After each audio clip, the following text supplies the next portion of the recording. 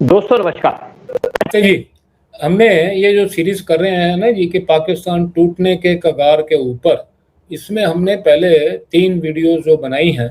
एक जो बनाई केपीके के ऊपर खैबर पख्तूनख्वा, एक बलूचिस्तान और एक जो हमारा इलाका पाकिस्तान ने अनाधिकृत रूप से कब्जाया हुआ है, वो है पाकिस्तान ऑक्युपाइड जम्मू कश्मीर। एक हमने उस पर बनाई क्योंकि ये तीनों प्रोविंसेस में बहुत ज़बरदस्त इस वक्त जो है वो अनरेस्ट चल रहा है, फ्रीडम फाइट चल रही है। लेकिन जो अब आज हम सिंध पे बना रहे हैं ना जी, सिंध की स्टोरी जो है अलग है। सिंध में अनरेस्ट किस प्रकार का है उसकी बात करेंगे। और सिंध जब आवाज अभी उसने सिंध ने बुलंद नहीं की, क्योंकि सिंध में जो आर्म्ड फ्रीडम फाइट है ना जी, उसके फिलहाल होने के चांसेस कम है। कारण है कि सिंध जो है बलूचिस्तान या खैबर पख्तूनख्वा की तरह से पहाड़ी इलाका नहीं है, ये मैदानी इलाका है। ये जो हमारी इंडस रिवर सिस्टम है ना, ये इसका मुहाना है, ये इसके यहाँ पर आकर डेल्टा बनता है। इंडस में जो हमारी बाकी की 5 जो रिवर्स हैं, झेलम है, चिनाब है, रावी है, ब्यास है, सतलुज है, वो जो सिंध का उत्तरी इलाका है उसमें ये 5 नदियां जो मैंने नाम लिए ये पहले आपस में मिलती हैं, फिर ये सिंध नदी के साथ में सखर में आकर के मिलती हैं और फिर ये सारी आगे पानी जो है वो अरब सागर में चला जाता है। तो ये तो उसकी हो गई ज्योग्राफी सिंध की। अब वहाँ पे दूसरी थोड़ी सी उसकी हिस्ट्री के बारे में बात करेंगे। सिंध में, सिंध जो पहला प्रांत था जहाँ पर भारत में पहली दफा इस्लामी आक्रमण हुआ, पहला इस्लामी आक्रमण भारत में जो हुआ ना जी, वो 712 ईस्वी में सिंध पर हुआ। उस वक्त वहाँ पर राजा दाहिर था। राजा दाहिर के ऊपर मोहम्मद बिन कासिम जो था, ये इसने हमला किया।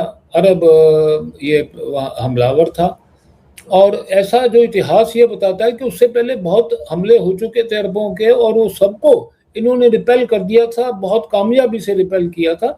लेकिन ठीक है कि वो आते थे, उनको ये मार मार के भगा देते थे, लेकिन वापस इन्होंने कोशिश ये नहीं की कि वहाँ पर जाकर के जहाँ से वो आते हैं वहाँ जाकर के आक्रमण किया जाए और उनके हमले हमेशा के लिए आने बंद हो जाए।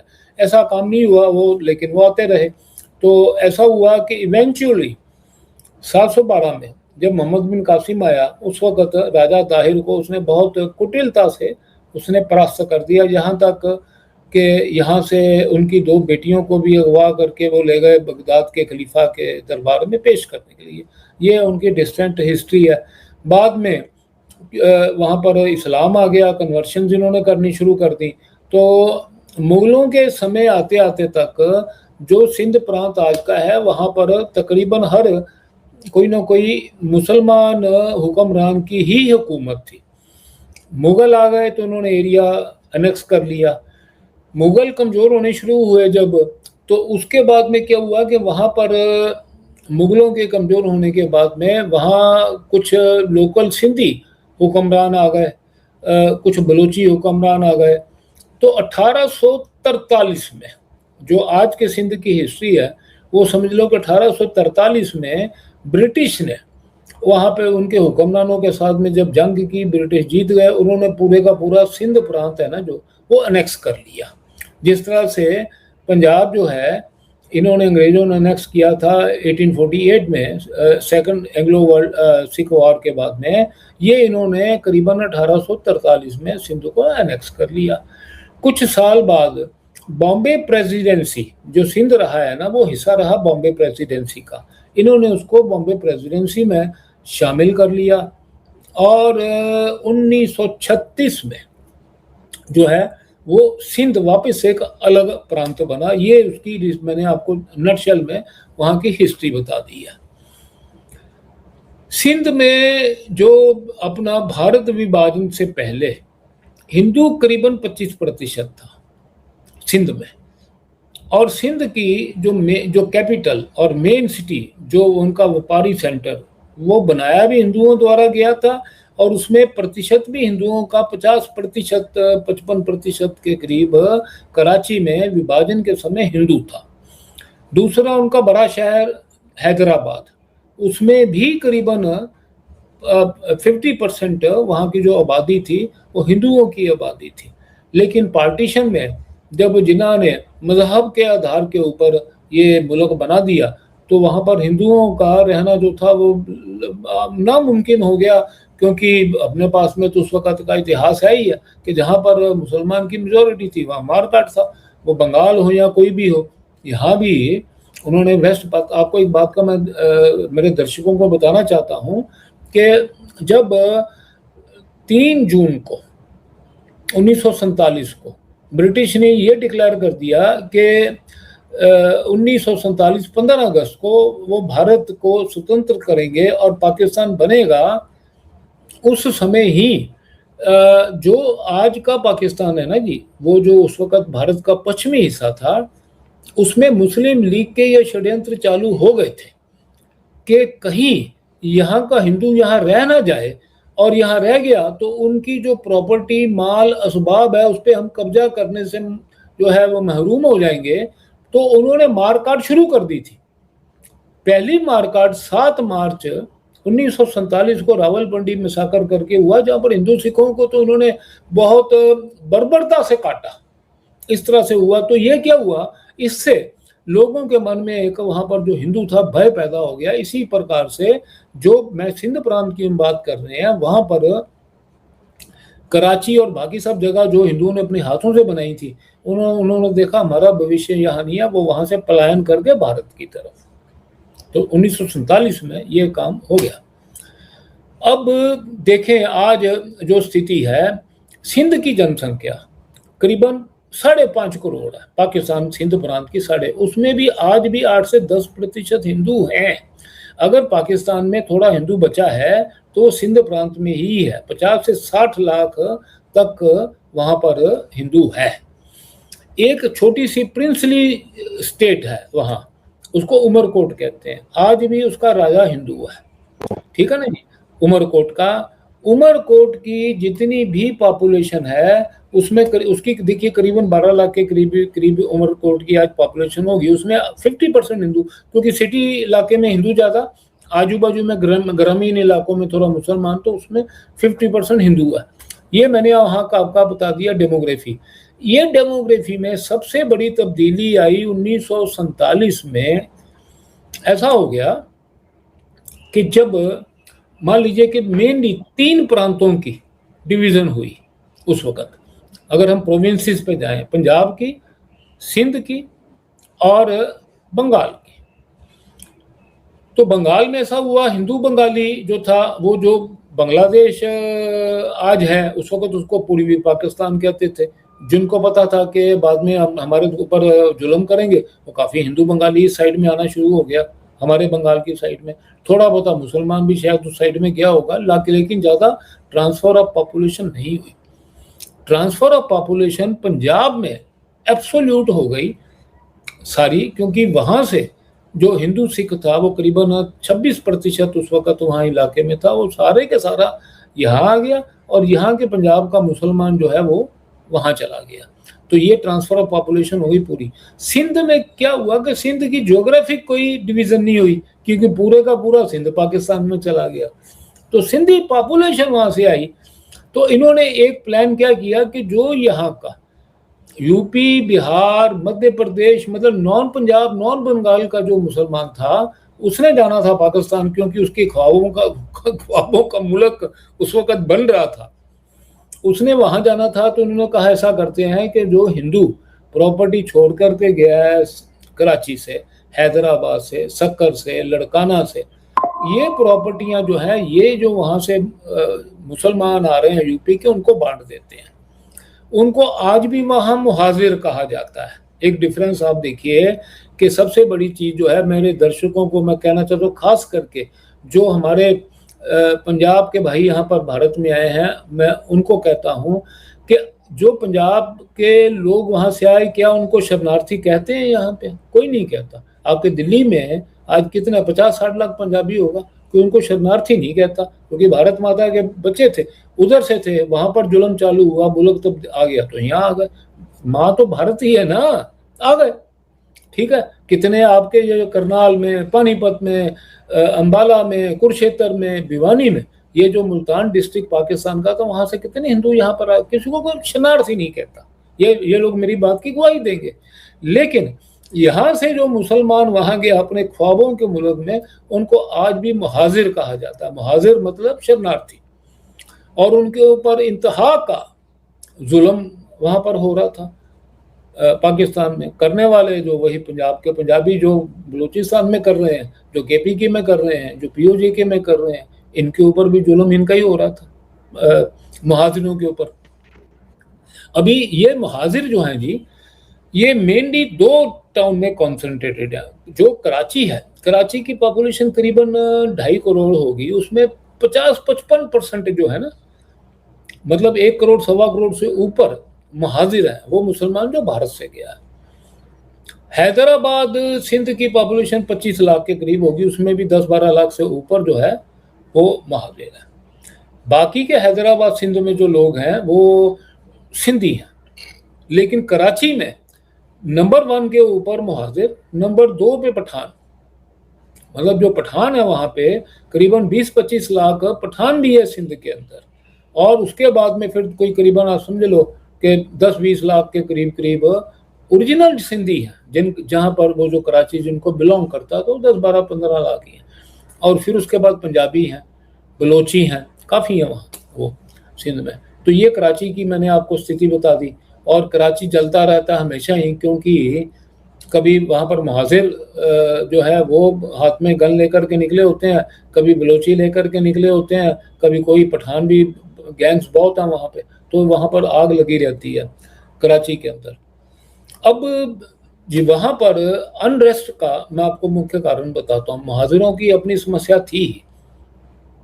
सिंधी जो हैं जी वो ज़्यादा करके फार्मिंग कम्युनिटी है। जो सिंधी एथनिक सिंधी रह गए हैं ना, वो फार्मिंग है, मतलब एग्रीकल्चर लैंड उनके पास में है। उनको तकरीबन वहाँ के जो जमींदार, उनको वडेरा कहते हैं, ये वडेरे हैं। उनके साथ साथ वहाँ पर ऐसे उनके पास में एकड़ों की लैंड है।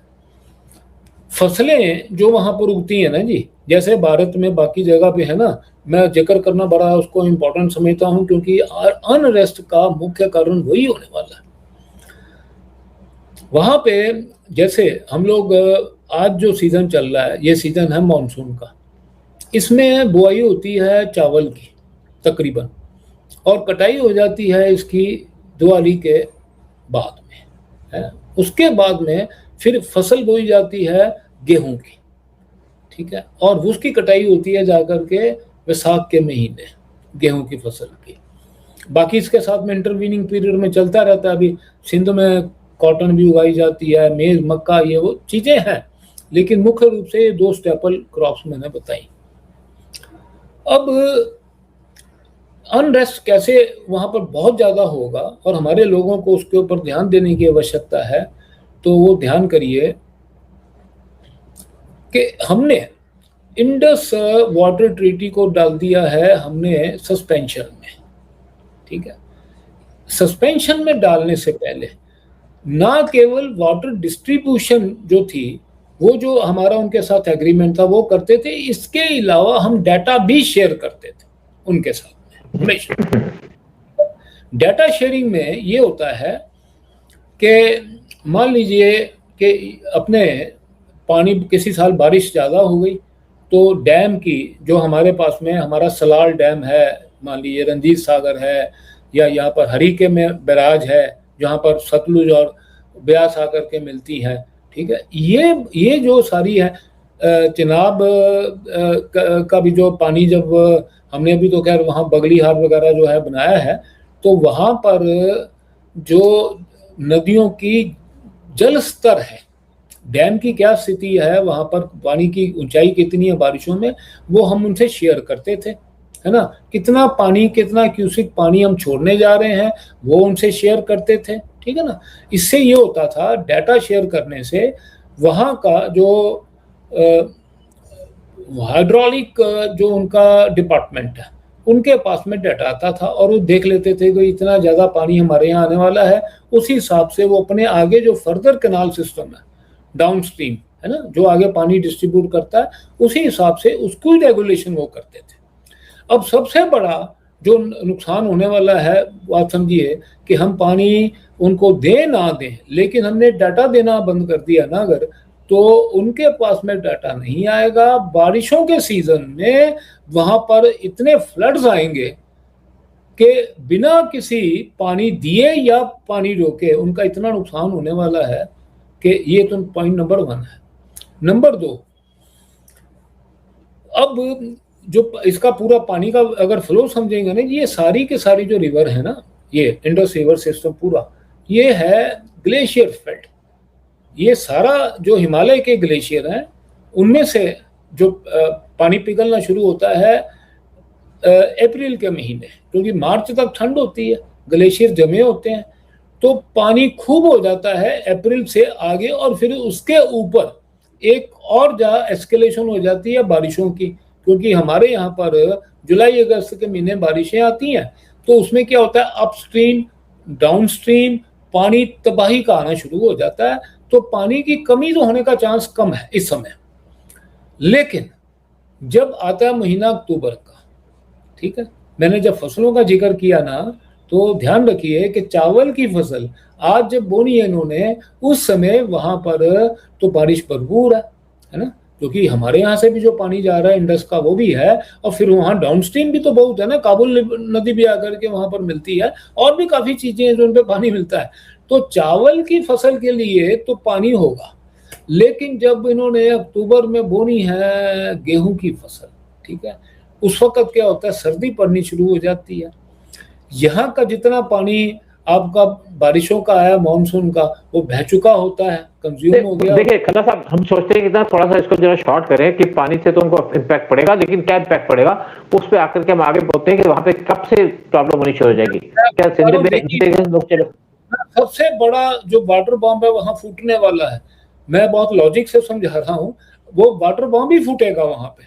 वो कैसे फूट रहा है कि जब अक्टूबर के महीने में ग्लेशियर जो है सर्दी जम जाने हैं, पानी नहीं आना, सूखा पड़ जाना है, तो वीट की जो फसल है ना, जो रबी की, उसके लिए पानी नहीं मिलना इनको, ये ध्यान में रखना।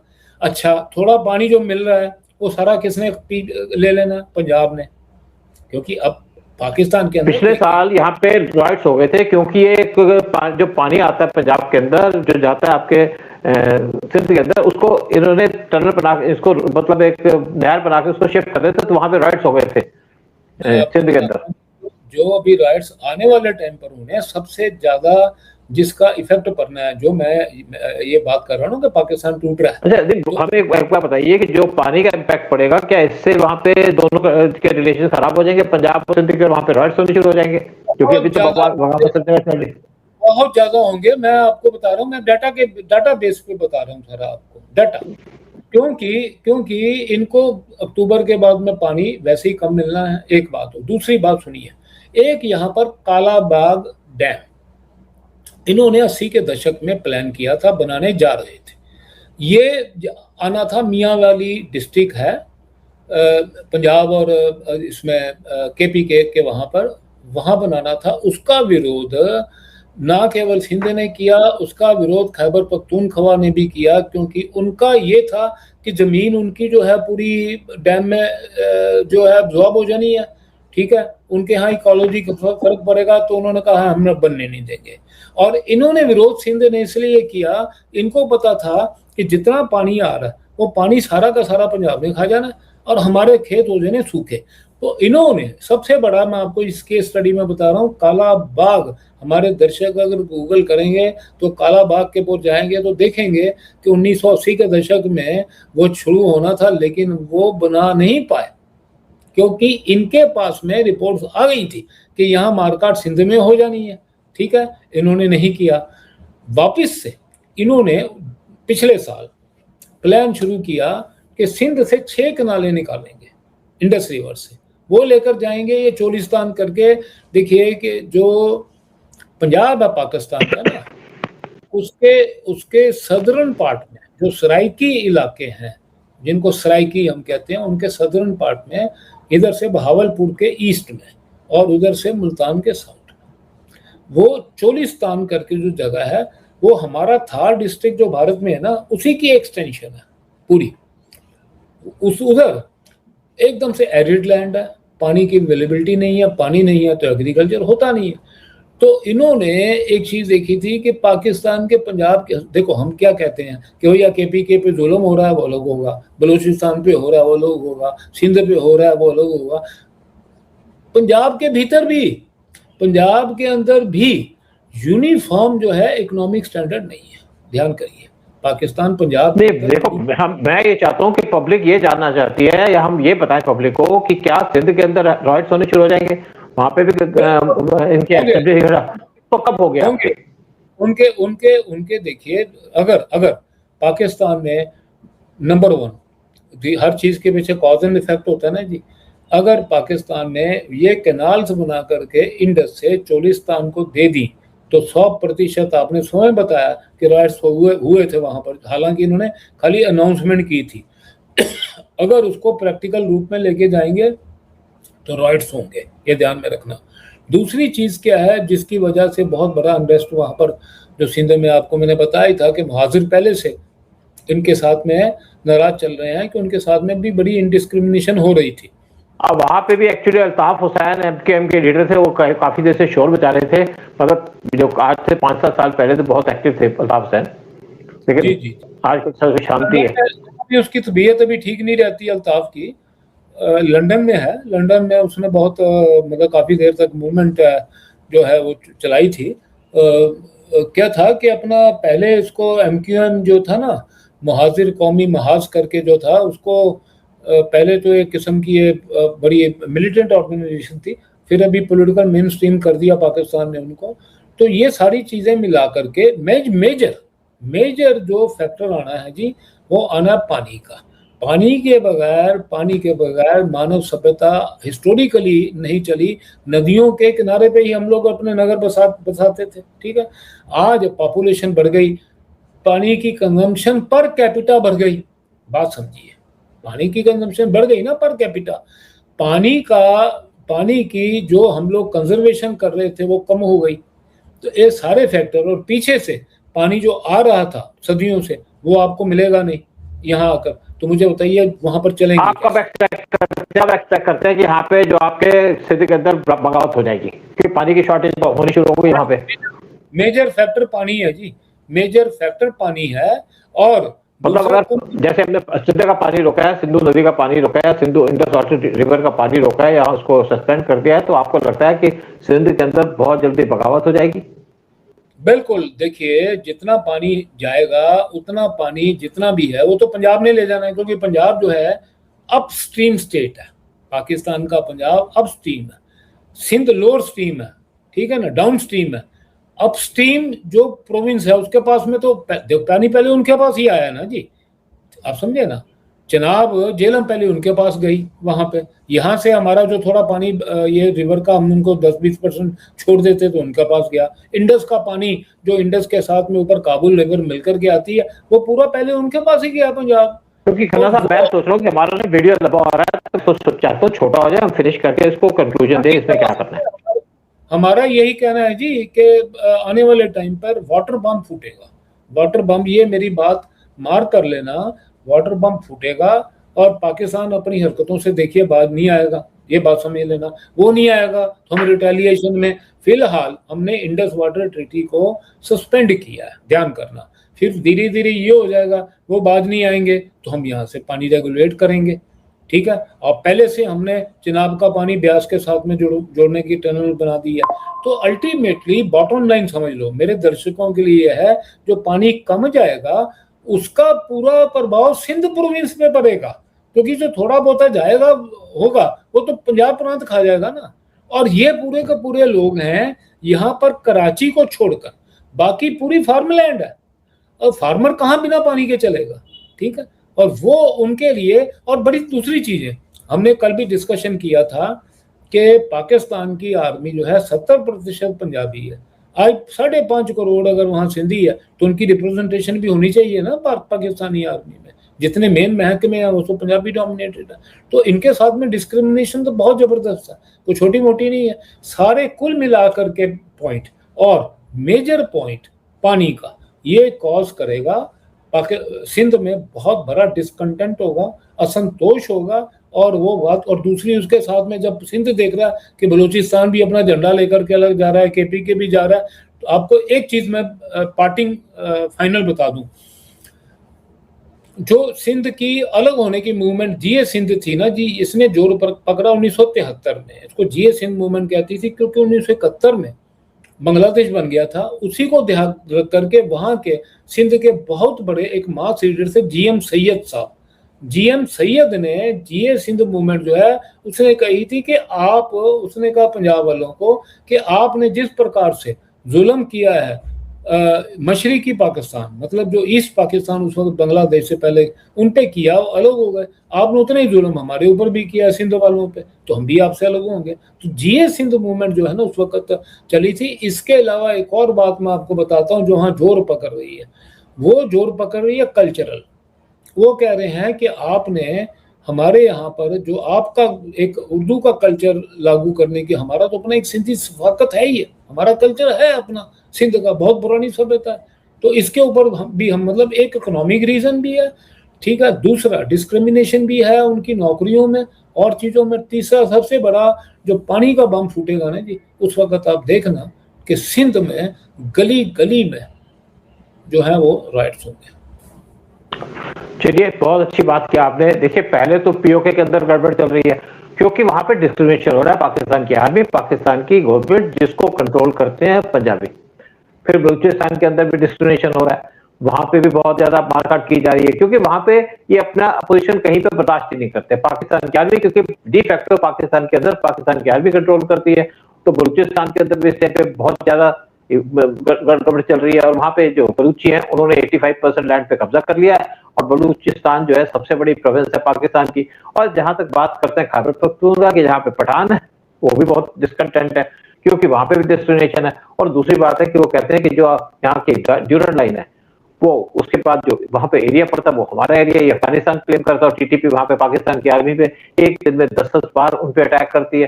तो पाकिस्तान 3 तरह से चल रहा है। चौथा रीजन पाकिस्तान का है कि इमरान खान को जब से जेल में डाला है, एक प्राइम मिनिस्टर को आपने जेल में डाल दिया क्योंकि आपकी उनसे बनती नहीं है और उनको वहां पर दबाया जा रहा है, तंग किया जा रहा है। तो पाकिस्तान की बहुत सी पॉलिटिशियन तो इमरान खान के साथ चल रही है। और जो लास्ट एक प्रोविंस बनी है वो है सिंध, क्योंकि सारे के सारे पे कंट्रोल पाकिस्तान के पंजाब प्रोविंस का।